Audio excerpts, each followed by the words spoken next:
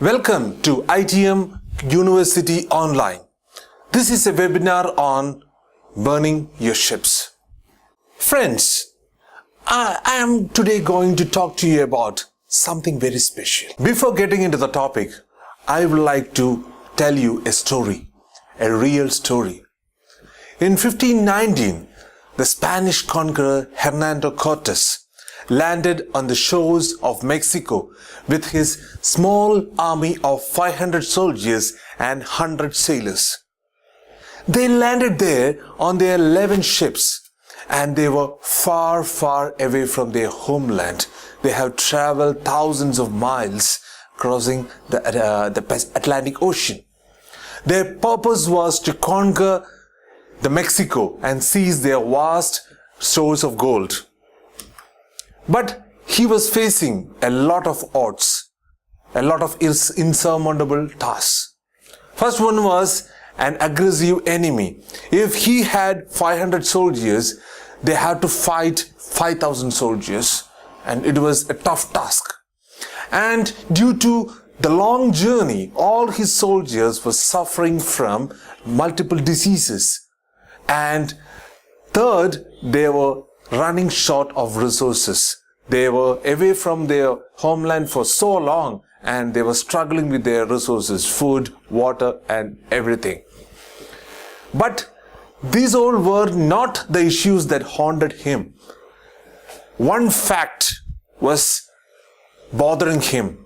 It was the fact that in more than 600 years, even conquerors with far more resources, far more better army tried to conquer Mexico, but all of them failed. The history of Mexico is very much rife of intruders, but all of them failed miserably. Therefore, Hernando Cortes was very clear about something. He can't make it through simply. He has to do something. And he did something very dramatic. Just the moment he landed on the shores of Mexico, he turned to his soldiers, and then he looked at the 11 ships that they came in and said to the soldiers three words that changed their way of thinking, 3 words that changed their mindset. And you might be wondering what those 3 words were. He said to the top of his voice, "Burn the ships." You are not mistaken. He said, "Burn the ships." Just imagine the thoughts of the soldiers who heard these words. By stating this, he was making one thing clear to the soldiers. Either you die or you succeed. There is no middle way. It is a do or die situation. It worked out. The message was clear, and the rest is history. Hernando Cortes became the first man in the history of Mexico to conquer the land. And this is the point that I want to drive in. Burn the ships. Here, ship is a metaphor. I would like to consider ship as a limiting belief or a limiting thought or a worry or a fear. We are daunted, or we are haunted, or we are struggling with these ships, and we are in our own comfort zones. Therefore, if you want to overcome the fear, if you want to keep aside your worries, if you want to just overcome your limiting thoughts, there is only one thing that you can do: burn the ships. That means burn the limiting thoughts, burn the worries, burn the fears. Tell them there is no room for you in my life, and that's how you can move ahead. Life is all about burning the ships, burning the unwanted things in your life, burning all the worries, anxieties, thoughts that is stopping you from achieving what you want in your life. Do know there is only one thing, just one step, you're just one step away from glory. And what is stopping you from taking that one step? That might be the limiting belief. Can you do it? If you do it, will you fail? And if you fail, what others will think? There will be n number of thoughts, and you just keep it with yourself. You shrink into your own shell. Never let it happen. It is high time that you have to burn everything negative within you. Now I would like to tell the story of a remarkable person who has put this theory into practice. He has burned literally the ship, and you are now going to listen or hear the wonders that he has done by burning his ships. Now, I would like to tell you the stories of two remarkable individuals who had put this into practice, who had literally burned their ships and created wonders, who has changed the course of history. The first person is none other than our Bapuji, Mahatma Gandhi. Mahatma Gandhi has done something which no human being in the history has done before. To unite a quarter of the world population, a population that is very diverse, to fight against an empire with no sunset and with no tools, with no weapons. He was on a peace mission. And imagine you are fighting the world's most powerful empire, and they are ready to do anything, even shoot 100 people who are in a protest against you. And just imagine the kind of thoughts or the doubts that he might be having with himself, or the people around him. They also might have doubted him, because instead of asking to pick up stones or take guns, he is asking to take salt or sew your own clothes. It is so stupid.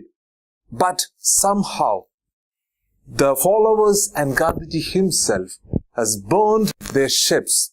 They have come out of their thoughts or their doubts, and what was resultant was history. That is the reason why I am able to talk like this. That is the reason why India is independent now. The reason why this happened is because Gandhiji never thought about his limitation. He was a frail old man with for a normal person, he never had any power. But he burned that ship, and that's how he created history.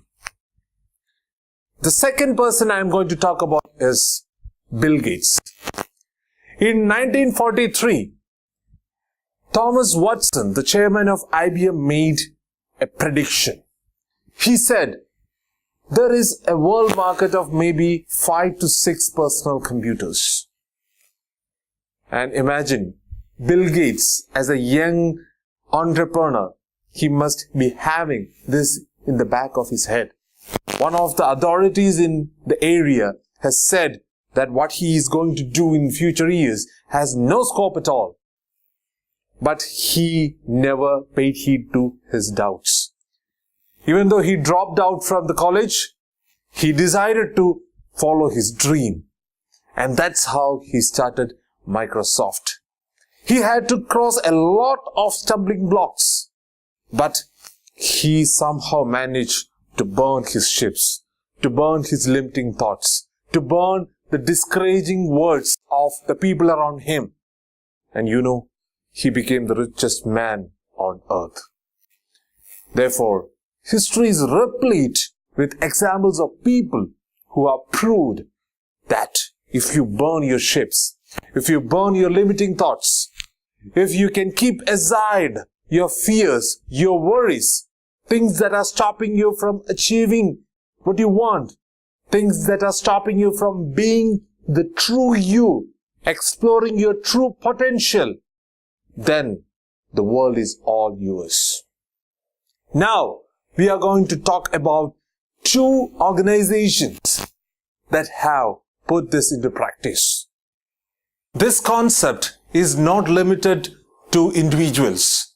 If you see successful organizations, you can identify that they are practicing this. I want to bring to you the example of 3 organizations that have put this into practice. The organizations that have burned their ships. They are Kodak, Dell and Kimberly-Clark.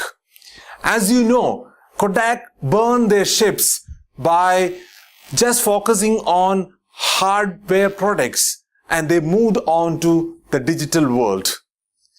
If they have stayed there, because that is their stronghold, but they somehow overcame their mental block and moved on to the digital, and that's how they survived. Take the case of Dell. They have to burn the direct selling boat. That was their area of expertise, but they burned that and they moved on by selling through retailers, and that decided their success. If you take the case of Kimberly-Clark, the CEO Darwin E. Smith, when he decided to sell off the mills and invest money in the companies like Huggies, he was ridiculed by the media. But later, all of them sung songs of praise when Kimberly-Clark outperformed P&G and emerged as a winner. Therefore, whether you are an individual or an organization, you have to burn your ships. You have to reinvent yourself on a continuous basis. You can never be stagnant. Therefore, in your life, when you think about success, it's all about moving out of your comfort zone. It's all about confronting your own fears, your own limiting thoughts, your own anxieties, worries. You have to keep them aside and move ahead. It is you yourself that you have to convince, and the only thing that is between you and success, that is where you are and where you want to reach, is this gap. And you can merge that gap by burning the ships, burning all the unwanted things that is stopping you from reaching your full potential. Therefore, I would like to end the session by a beautiful quote. God changes a caterpillar to a butterfly, a sand to a pearl, and a coal to the diamond. And remember, He is working on you now. The only thing that you have to do is believe in God, believe in your Creator, believe in the Almighty, and burn your ships. And what will ensue is something which your mind can't imagine. The world is waiting out there. Burn your ships and be the omnipotent. Thank you.